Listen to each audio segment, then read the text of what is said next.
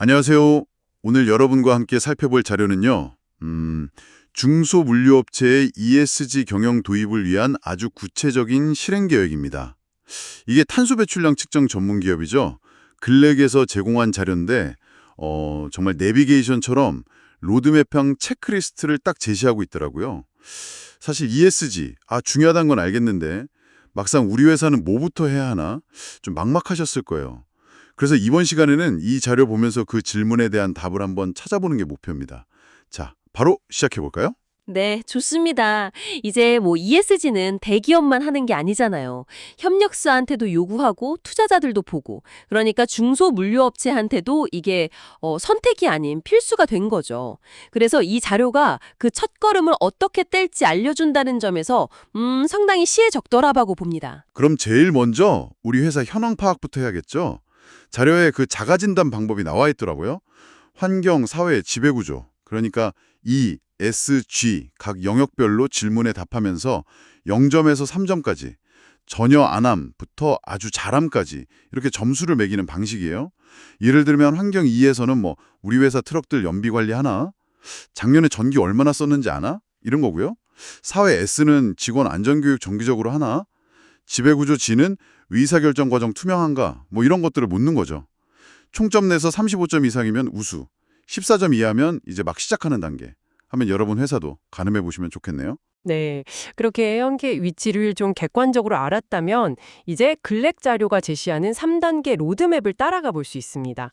첫 1개월에서 3개월은 기반 구축 단계인데요.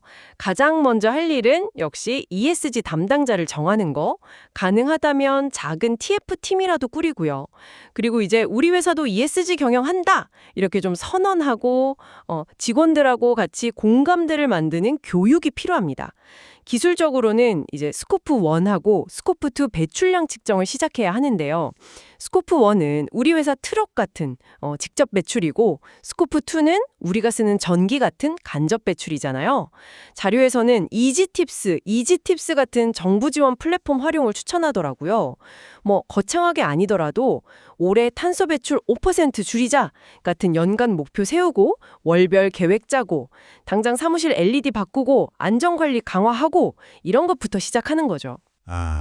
근데 재밌는 게 이 1단계 초기 투자비가 한 200에서 500만 원 정도래요. 근데 오히려 전기료 절감 같은 걸로 월 30에서 50만 원 정도 비용 절감 효과가 있다니까. 생각보다 시작이 괜찮은데요? 그렇죠. 이게 돈 많이 드는 거 아니야 하는 그런 부담을 좀 덜어주죠. 자, 다음 4개월에서 6개월 차. 이때는 체계화 단계입니다. 이때는 이제 전자결제 시스템 도입 같은 걸로 업무 디지털화하고 또 ISO 14001, ISO 14001 국제 환경 경영 시스템이죠. 이 인증 준비를 시작하는 등 좀 더 시스템을 갖추는 시기예요. 이 인증이 있으면 아무래도 대외적으로는 신뢰도가 올라가니까요. 안전보건 시스템 구축이나 또 우리 협력사들 ESG 평가는 어떻게 할지 기준 만들고 이런 활동도 이때 하는 거고요. 이 단계가 되면 대기업 협력사 선정될 때 가점도 받고 월 50에서 100만 원까지 추가 비용 절감도 기대할 수 있다니까. 이건 확실히 동기부여가 되겠는데요? 네, 맞습니다. 실질적인 혜택이 보이기 시작하는 거죠. 자, 마지막 7개월에서 12개월 차는 고도화 단계입니다. 이때는 이제 좀 더 과감하게 전기 트럭 도입이나 사업장의 태양광 설치 검토 같은 친환경 기술 투자를 고려해 볼 수 있고요.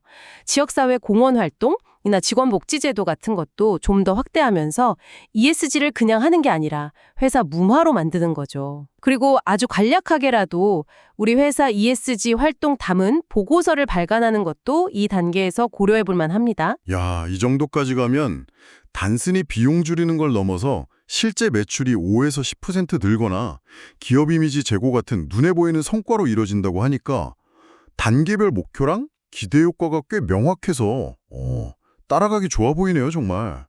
그리고 이 로드맵 말고도 되게 상세한 실무 체크리스트가 있더라고요, 자료에. 환경 경영, ISO 14001 준비나 배출량 측정 보고 같은 거요.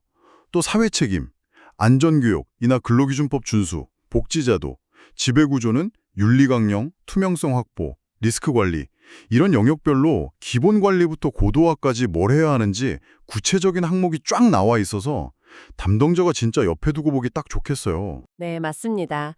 결국 성공하려면 자료에서도 강조하는데 뭐 거창하게 시작하는 것보다 작게 시작해서 꾸준히 하는 게 중요해요.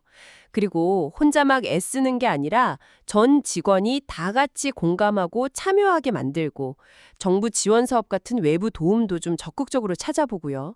성과를 측정해서 공유하고 또 우리 고객사나 협력사하고도 같이 가야죠. 반대로 절대 하지 말아야 할 거. 완벽한 계획 세우다 시작도 못하는 거. 이거 진짜 많거든요. 또 이것저것 너무 한 번에 다 하려는 거.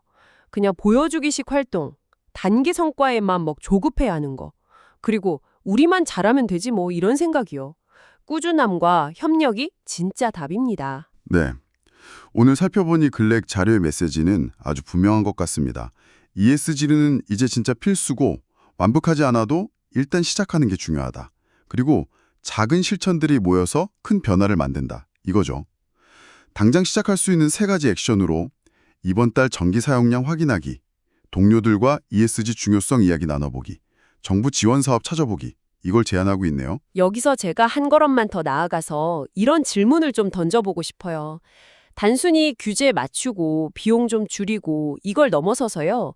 ESG를 우리 회사 핵심 전략이랑 정말 깊숙이 연결했을 때 혹시 그 과정에서 전혀 예상치 못했던 어떤 사업 혁신이나 아니면 새로운 파트너십 기회가 여러분의 물류 비즈니스에 열릴 수 있지 않을까요?